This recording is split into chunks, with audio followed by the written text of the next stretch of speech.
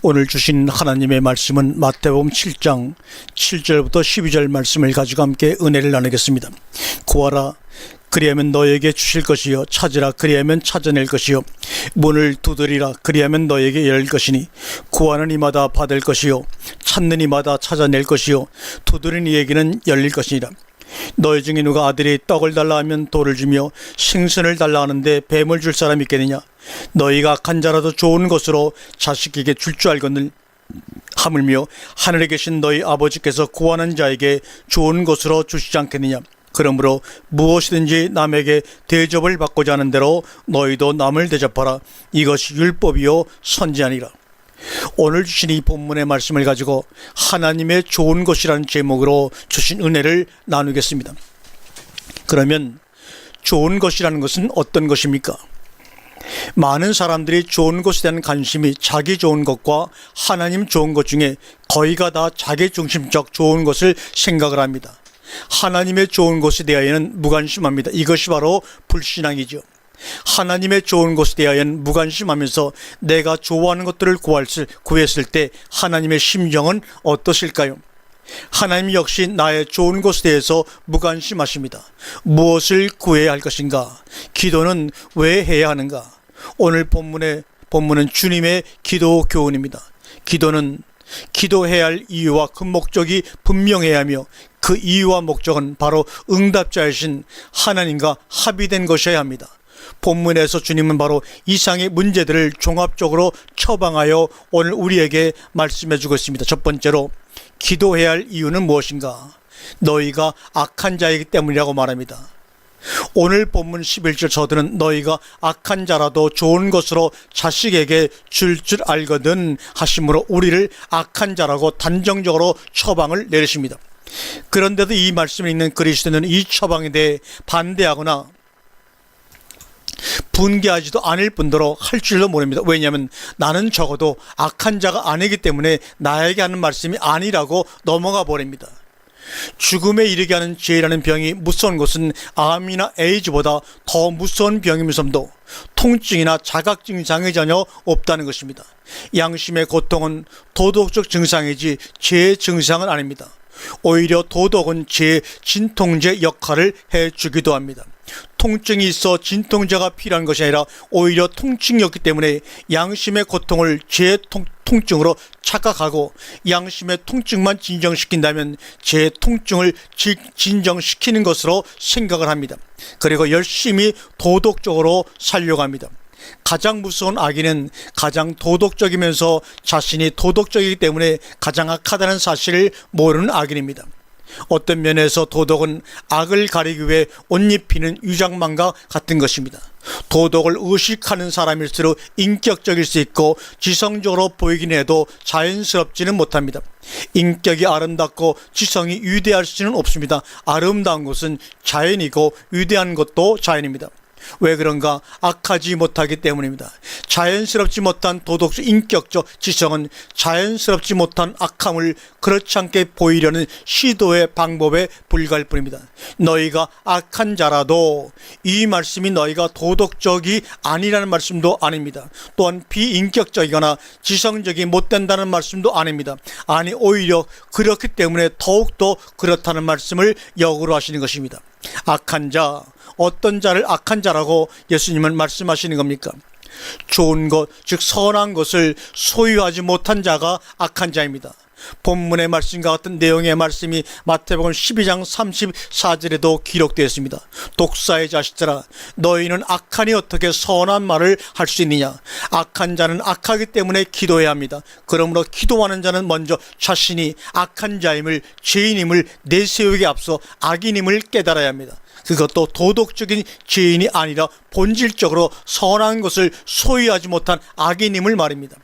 두 번째, 무엇을 구할 것인가? 선한 것을 구해야 합니다. 나의 좋은 것을 구하지 말고 하나님의 선한 것을 달라고 기도하라, 이 말입니다. 가난한 자는 재물을 가지면 부자가 되고 배고픈 자는 음식을 먹으면 배부른 자가 되는 것처럼 악한 자는 선한 것을 가짐으로 선한 자가 된다기보다는 선한 것을 가진 자가 되는 것입니다. 질그릇에 보물을 담았으면 보물그릇이지 그 질그릇이 보물은 아닙니다. 그러나 보물을 담고 있다는데 질그릇의 용도와 가치성이 있는 것입니다. 마찬가지로 악인이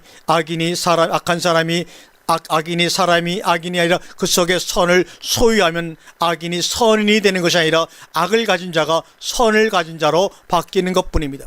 그러므로 사도 바울도 로마서 6장 13절에 너희의 지체를 불의의 병기로 죄인에게 드리지 말고 너희 지체를 의의 병기로 하나님께 드리라고 권면하고 있는 것입니다. 역시 고린도서 4장 7절에서도 우리가 이 보배를 질그릇에 가졌으니 이는 능력의 힘이 큰 것이 하나님께 있고 우리에게 있지 아니함을 알게 하려 함이라고 말씀하시지 않았습니까? 악한 것을 가졌기 때문에 악한 자로 간다면 선한 것을 가지면 선한 자가 됩니다. 주님은 우리가 선인 되기를 바라거나 원치도 않고 그럴 수도 없는 것입니다. 그것은 마치 황금을 담고 있는 질그릇이 황금이 되기를 바라는 것이나 마찬가지입니다. 하나님은 결코 우리에게 그것을 원하지 않습니다. 왜 그런가? 그것은 하나님 한 분 이외에는 선한 이가 없기 때문이라고 누가복음 18장 말씀하고 있어요. 악한 우리는 선한 소유를 소유하는 것으로 선한 자가 되는 것입니다. 그러므로 기도해야 하고 또 선을 구해야 하는 것입니다. 세 번째, 좋은 것을 구하는 것은 무엇입니까? 선한 것을 구하는 것은 무엇인가? 그 말입니다. 글을 구하는 것입니다. 우리나라 성경에는 글이라는 말이 한결같이 빠져 있는데 영어 성경들에는 한결같이 ask 힘이 들어가 있습니다. 그러므로 이렇게 번역을 해야 합니다. 하물며 하늘에 계신 너희 아버지께서 ask him, 그를 구하는 자에게 좋은 것으로 주시지 않겠느냐. 여기서 그가 누구냐를 논하지 않겠습니다. 왜냐하면 이 글을 읽을 정도면 그리스도인이라면 그 정도는 알 테니까 말입니다. 다만 그를 구하면 무엇들이 오는가? 여기서 무엇들이 복수가 옵니다. 본문 9절과 10절을 보면 돌과 떡, 생선과 뱀이 나옵니다. 왜 하필이면 돌과 떡을 대조시켰고 생선과 뱀을 대조시켰는가? 한마디로 말해서 생선과 떡은 기본 식사의 양식입니다. 마치 우리들의 밥과 김치처럼 그러므로 구하는 자에게 양식을 주신다는 말씀입니다. 주기도문에 일용할 양식이요 요한복음 6장의 생명의 양식입니다. 그를 구하는 자에게 선한 것을 주시는데 그것은 그들의 생명의 양식이 된다는 말씀입니다. 그러므로 주님은 요한복음 6장에서 내가 아버지로 인하여 사는 것 같이 나를 먹는 그 사람도 나를 인하여 살리라고 하셨습니다. 다시 말하면 내가 아버지를 먹음으로 사는 것 같이 나를 먹는 그 사람도 나를 인하여 살리라입니다. 그런데 문제는 반드시 그를 구해야 한다는 것입니다. 그래야 좋은 것, 곧 양식을 주신다는 것입니다. 다른 말로 바꾸면 다른 것을 구하면 잘못 구하면 돌과 뱀이 주어질 수도 있다는 말이요. 그러면 돌과 뱀이 무엇인가? 마태복음 4장 마귀의 시험을 보면 바로 알 수가 있습니다. 돌들이 떡덩이가 되게 하라 하는 돌입니다. 그렇게 시험한 마귀는 곧 옛뱀, 즉 옛뱀, 마귀, 사탄, 용인 것입니다. 문제는 이 돌들이 무엇이냐는 것입니다. 유대인들에게 돌은 곧 성전입니다. 성전의 기원은 아벨 때부터 내려온 제단입니다. 제단은 돌로 쌌습니다. 그래서 유대인들의 의식 속에서 성전은 돌은 성전을 상징물로 인식하고 있습니다.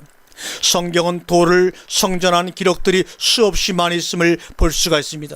베드로전서 2장 4절에서도 보배로운 산들이신 예수에게 나와 너희도 산돌같이 신령한 집으로 세워지고라고 했고, 마태복음 13장 1절에서 선생님이여 보소서 이 돌들이 어떠하며 이 건물들이 어떠하나이까? 돌 하나도 돌 위에 남지 않고 다 무너뜨리라. 이 말씀을 요한복음 2장 후반부에서는 너희가 이 성전을 헐라 내가 사흘 동안에 일으키라고 말씀합니다. 바로 이 문제를 사람들은 무관심해 버리고 정당화하고 있습니다. 돌이 성전이라면 성전은 떡고 성전의 떡입니다. 이것 때문에 마태복음 12장이 기록된 것입니다. 서두에서 안식일, 성전, 진설병이 나옵니다. 진설병은 돌 제단처럼 12지파를 상징하여 12개를 제단 형식으로 쌓습니다. 레위기 14장 5절에 나오죠. 그러면서 주님의 말씀 내가 너희에게 이르노니 성전보다 더 큰 이가 여기에 있느니라. 인자는 안식일의 주인이라고 마태복음 12장 8절에 말씀하고 있죠. 그러나 예수는 성전된 자기 육체를 가리켜 말씀하신 것이라고 말합니다. 그 돌 성전의 주인들이 누구였으며 무엇을 좋아하는 자들이었나? 화 있을진저 독사의 자식들이었으며 그들은 돈을 좋아하며 하나님과 재물을 겸하여 섬긴 자들이 아닌가라고 마태복음 6장 24절과 13장 34절에 말씀하고 있어요. 그러므로 본문 앞부분인 마태복음 7장 6절은 거룩한 것을 개에게 주지 말며 너희 진주를 돼지에게 던지지 말라 하신 것입니다. 개가 누구입니까? 하나님과 재물, 즉 두 주인을 섬기는 것입니다. 돼지는 무엇입니까? 탐욕에 가득한 돈을 좋아하는 자들이 아닙니까? 그러면 돌들이 떡이 될 수가 있는가?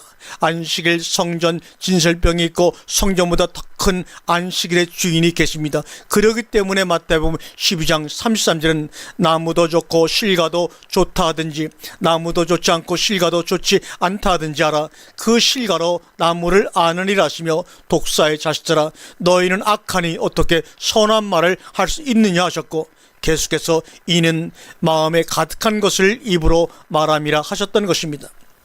요한복음 6장 25절에 너희가 나를 찾는 것은 표적을 본 까닭이 아니요 떡을 먹고 배부른 까닭이로다. 썩는 양식을 위하여 일하지 말고 영생하도록 있는 양식을 위하여 하라. 이 말씀에서 우리들은 네 가지 신앙의 차원을 이해하시리라 믿습니다. 첫 번째는 표적 신앙입니다. 두 번째는 배부름의 신앙입니다. 세 번째는 썩는 양식의 신앙입니다. 네 번째는 영생하도록 있는 신앙입니다. 네 번째, 영생하도록 구하는 양식은 하나님의 떡으로서 하나님의 떡은 하늘에서 내려 세상에게 생명을 주는 것이라 돌떡이 아니라 생명의 떡입니다. 생명의 떡이 바로 그입니다. 그러므로 그를 구하고 그를 찾고 두들려야 합니다. 그러면 하물며 너희 아버지께서 그를 구하는 자에게 좋은 것으로 생명의 떡을 주시지 않겠냐 이 말입니다. 누가복음의 저자는 좋은 것을 성령으로 누가복음 11장 13절에 기록했으며 요한복음 10장 17절에는 그렇다면 그분은 진리의 성령이시다. 나는 길이요 진리요 생명이시다라고 하셨습니다. 더 이상 무엇을 알아야겠으며 더 이상 다른 것을 구할 필요가 있는가? 문제는 영을 다 믿지 말고 오직 영들이 하나님께 속하였나 시험하라는 말씀입니다. 왜냐하면 진리의 영과 미혹의 영을 이뤄서 알 수 있기 때문입니다. 무엇으로요? 예수 그리스도께서 육체 안에 오신 것을 시인하는 영인가? 아니면 예수 그리스도께서 육체로 오신 것을 말하는 것으로 알 수가 있습니다. 그것이 그리 중요한가 대물을 뿐이 있을지도 모릅니다. 너희 안에 계신 이가 이 세상에 있는 이보다 크시기 때문입니다. 요한일서 4장 4절의 말씀이죠. 그러면 그것이 무슨 효력이 있습니까? 자녀들아 너희는 하나님께 속하였고 또 저희를 이겼기 때문이라고 요한일서 4장 4절에 말씀하고 있어요. 양의 옷을 입고 너희에게 나오나 속에는 노략질하는 일인 거짓 선자들이 있기 때문에 영을 다 믿어서는 안 될 뿐더러 반드시 그를 구하여 성령 곧 보혜사 진리의 영을 받아야 하며 그분이 내 속에 계셔 하늘로부터 오는 생명의 떡을 먹음으로 영원히 살아야 하는 것입니다. 바로 그를 성령 그리스도를 말씀하고 있는 것입니다. 악한 자이기 때문에 선한 것이 필요하며 필요하기 때문에 구해야 하며 구하는 이마다 얻고 찾는 이가 찾으며 두드리는 이에게 열릴 것입니다. 오직 그의 나라와 그의 일을 구하라. 그리하면 이 모든 것을 너희에게 더하시리라. 아멘.